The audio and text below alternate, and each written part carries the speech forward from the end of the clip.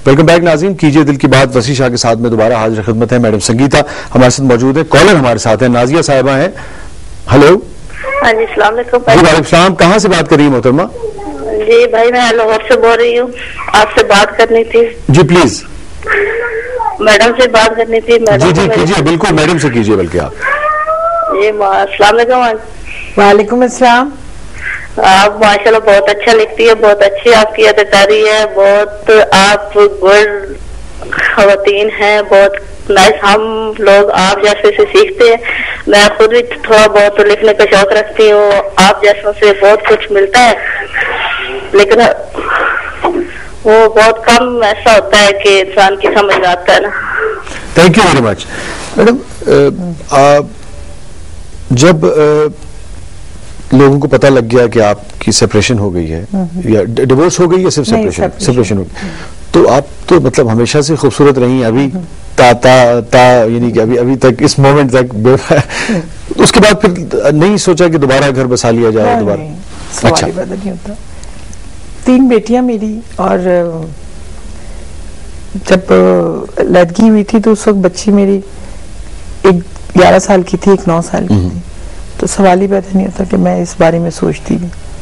अच्छा, ये क्या मोमेंट है? हमारी कितनी ही बोल्ड खवातीन क्यों ना हो, कितनी ही लिबरल क्यों ना हो, कितनी ही यानी कि माशरे पर उनकी नजर हो, माशरे में घूमने फिरने वाली खातून हो, एक जहादीदा खवातीन हो, लेकिन इस मामले में बहुत मशक्कियत होती है। दूसरी शादी को क्यों हम वो समझते हैं कि नहीं भाई ये अब तो चैप्टर ही क्लोज हो गया? बच्चों पे बड़ा असर पड़ता है। अच्छा, बच्चे होते हैं, वो कह तो नहीं सकते अपने माँ बाप को, लेकिन वो ज़हनी तौर पे टूट फूट जाते हैं। वो कभी भी एक्सेप्ट नहीं करेंगे दूसरे बाप को, तो जो मर्जी हो जाए। और दूसरा बाप भी बच्चियों के मामले में खुसूसन नहीं, बिल्कुल भी नहीं। सवाल आपको लगता है कि आपने यानी कि हम समझते 20-22 साल तकरीबन आपने अकेले गुजारे। 10 साल हो गए। मैं 10 साल हो गए। 10 साल आपने अकेले गुजारे और आपने 3 बच्चियों को माशाल्लाह परवान चढ़ाया। आपको लगता है उन्हें देखती है, उनको एहसास है इस बात का कि हमारी माँ ने एक सैक्रिफाइस किया है? और क्योंकि बहरहाल औरत की यानी कि बहुत सारी बातें, बहुत सारी चीजें रिलेशनशिप ऐसा है। दामाद बेटियां कहने लगी आप अकेली रहेंगी, हम लोग सब चले गए। तो मैं कहा क्या हुआ, तुम लोग आते ही नहीं हो, एक दिन तुम आ जाओ, एक दिन तुम आ जाओ, 3 दिन तो वैसे ही गुजर जाएंगे कि नहीं आपको शादी कर ले। मैं बेटा सवाल है, क्यों मजाक ना किया करो। फिर बड़ा मजाक करती थी ये लोग कि हम ढूंढते। मैं कहा अच्छा फिर कोई जनरल ढूंढो। अच्छा इस तरह कह के मैं इनको टाल देती। अच्छा, अगर वाकई कोई जनरल मिल जाए? अल्लाह नहीं, बिल्कुल करना ही नहीं है, सोचा ही नहीं है कभी। हमारे पास ख्वाजा खलील साहब की लाहौर से कॉल है। हेलो। अस्सलाम वालेकुम वसी साहब। वालेकुम अस्सलाम। बोल रहा हूँ जी वसी साहब, आपका एक क्वेश्चन था कि हम 70 के बाद हमारी थिएटर फिल्म में कि ये क्यों सूरत हाल आई। उसकी मैं जो समझता हूँ कि आप देखिए सिर्फ फिल्म इंडस्ट्रीज नहीं, ओवरऑल हमारी इकोनॉमी का जो हालत हुआ वो 1970 के बाद ही आज तक हम पांव पे खड़े ना हो सके। रीजन बीइंग थे कि बांग्लादेश जो ईस्ट पाकिस्तान बहुत बिगेस्ट मार्केट, अब वो हमारे हाथ से चली गई। उसके बाद इमीडिएटली पॉलिटिकल गवर्नमेंट आई, पॉलिटिकल गवर्नमेंट पे नेशनलाइजेशन हुई, स्कूल कॉलेजेस बैंक तमाम नेशनलाइज। उसमें क्या हुआ कि तमाम ब्यूरोक्रेसी भी डिस्टर्ब हुई, एक रेवोल्यूशन आ गया जी, सिविल रेवोल्यूशन है। उसमें हमारे आज तक हमारी इंडस्ट्री संभल ना सकी, हमें मार्केट्स वो ना मिल सकी जो उस वक्त बांग्लादेश की 85 मिलियन की population was our market. India 17-18 crore होती। हाँ जी, 17 था। अभी उसमें फिर ये हुआ कि चूंकि इधर सारा कुछ पाकिस्तान में एक वायलेंस आ गया रोड्स पे, स्ट्रीट्स पे, तो हमारे जो चेंज हो रही थी फिल्म इंडस्ट्रीज में, नई जनरेशन आ रही, जैसे ये मैडम थी, तो वो हम लोग उसके साथ मैच ना कर सके। और फिर ये उसके बाद ये हुआ कि हमारे यहाँ फिल्म इंडस्ट्री में वो चूंकि पैसा वॉज था, मनी वॉज, वो कहते हैं ना money has converted peace of mind into pieces of mind. Money was consideration. फिर खतरनाक एक फिल्म आई जिसमें बेहुदा गाने आए और जिससे हमारी जी ट्रैक में फिल्म इंडस्ट्री। उनका दूसरा क्वेश्चन जो आपका था कि बांग्लादेश में मूवीज जो है वो बड़ी सक्सेसफुल फिल्म इंडस्ट्री में यहाँ क्यों नहीं है, उसकी वजह है कि इंडिया पाकिस्तान की जो मूवीज है ना वहाँ हिंदी है और पाकिस्तान में उर्दू। लिखते में अल्फाबेट डिफरेंट है जी, बोलने में सेम है, बोलने मुख्तलिफ है।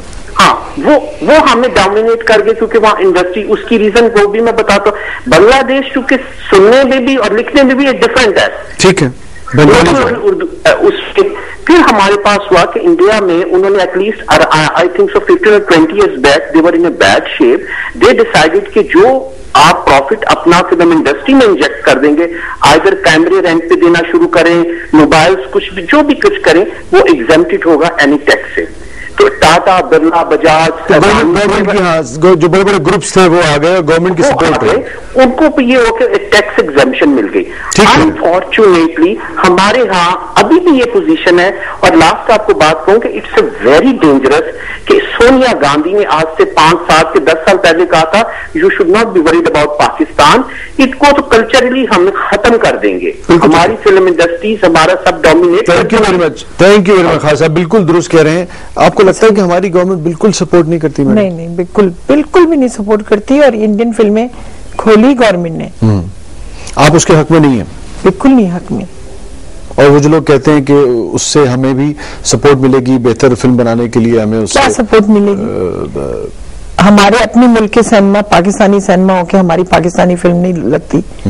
वो कहते हैं हाँ अगर इंडियन आ गई तो हम आपकी फिल्म उतार देंगे। ये तो कोई बात नहीं हुई। लेकिन ओपन मार्केट के तो मसाइल है ना, ओपन मार्केट में तो जिसकी चीज अच्छी होगी हाँ वो सरवाइव करेगी। आप ये देखिए कि इंडिया में हमारा कोई चैनल नहीं चलता, कोई भी, ठीक कह रहे हैं नहीं चलता, तो हम उनकी फिल्में लाके यहाँ पर चला रहे हैं। आप समझती हैं कि अगर इंडियन फिल्म बंद हो जाए, अगर देखिए तो हमारी फिल्म उस तरीके पे हो कि हमारी फिल्म भी वहां पर जाए ना, एक फिल्म उनकी आए, एक फिल्म हमारी जाए, हमारी फिल्म वहां लगे। वो बहुत पंजाबी फिल्में जो हमारी है वो उनके वहां ऐसी पंजाबी फिल्में नहीं बनती, ठीक नहीं बनती। कम से कम ये मार्केट तो हमें पंजाब साइड तो हमें दे दें, सवाल ही पैदा नहीं थे। अगर हमारी नूर साहब की फिल्म गई है वो सेंसर ही नहीं हुई वहां पर, ये वोटी लेके जानी मजाजन जो अच्छा, मजाजन में तो कुछ ऐसी बात नहीं, कोई ऐसी बात नहीं थी। अपनी तो कैसी फिल्मों को चला, हमने तो कभी भी अपनी फिल्मों में मजहब को वो किया ही नहीं, किसी के मजहब को कंडम ही नहीं किया। हम तो मतलब रिस्पेक्ट करने वाले हैं। किसी ऐसी फिल्में बनाई जिसमें हम इंडिया के फौजियों को दिखाएं और इस तरह की जैसे उन्होंने बना के दी। ठीक कह रही हैं। हमने, हमारी तो एक भी फिल्म ऐसी नहीं। ठीक कह रही हैं। हमारे पास कॉलर हैं जफर अमान साहब। हेलो, अस्सलाम वालेकुम शाह जी। जफर साहब कैसे हैं? शाह जी दुआएं हैं आपकी, और यकीन कीजिए इंतजार होता है आपके इस प्रोग्राम का। और चूंकि लाइव प्रोग्राम है, कुछ ट्रैफिक में कभी आप स्टक हो गए, बड़े शहरों की ट्रैफिक ऐसी होती है, तो मेरी इन्होंने बड़ी कमाल किया कि जनाब वसी शाह जैसा टैलेंट हंट कर लिया है कोहिनूर ने, तो प्रोग्राम का जरा वक्त बढ़ाइए सर।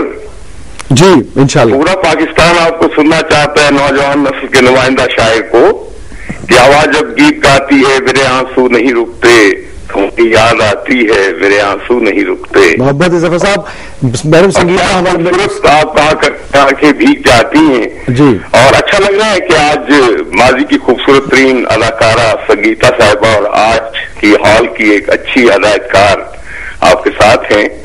मैं इनके लिए भी इनकी कामयाबियों कामयाबी के लिए दुआ करता हूँ।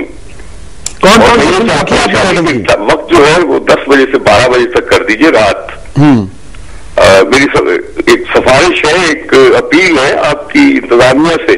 जी बिल्कुल बिल्कुल बिल्कुल सुने, बिल्कुल सुने। और फिर ये भी कि ये मैं डेडिकेट करता हूँ संगीता साहिबा को। अभी इन्होंने कहा, शायर को बड़ा याद कर रही थी कि तेरी जुल्फों की नरम छांव में, जिंदगी तेरी जुल्फों की नरम छांव में गुजरने पाती तो शादाब हो भी सकती थी। ये तीरगी जो मेरी जीस्त का मुकद्दर है, तेरी नजर की शुआओं में खो भी सकती थी, मगर ये हो न सका। और अभी ये हो न सका और अब ये आलम है कि तू नहीं, तेरा गम, तेरी जुस्तजू भी नहीं। गुजर रही है कुछ इस तरह जिंदगी जैसे इसे किसी के सहारे की आरज़ू भी नहीं। जमाने भर के दुखों को लगा चुका हूँ गले, गुजर रहा हूँ कुछ अनजानी राह गुजारों से, मुहीब साए मेरी समत बढ़ते आते हैं हयात मौत के पुरहोल खारदारों से।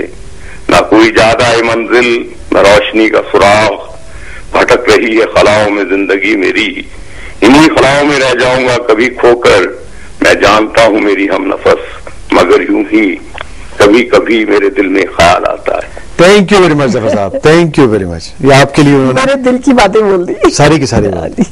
आप जैसे मोहब्बत करना तो अदरवाइज आप रोमांटिक खातून है। बहुत ज्यादा बहुत रोमांटिक।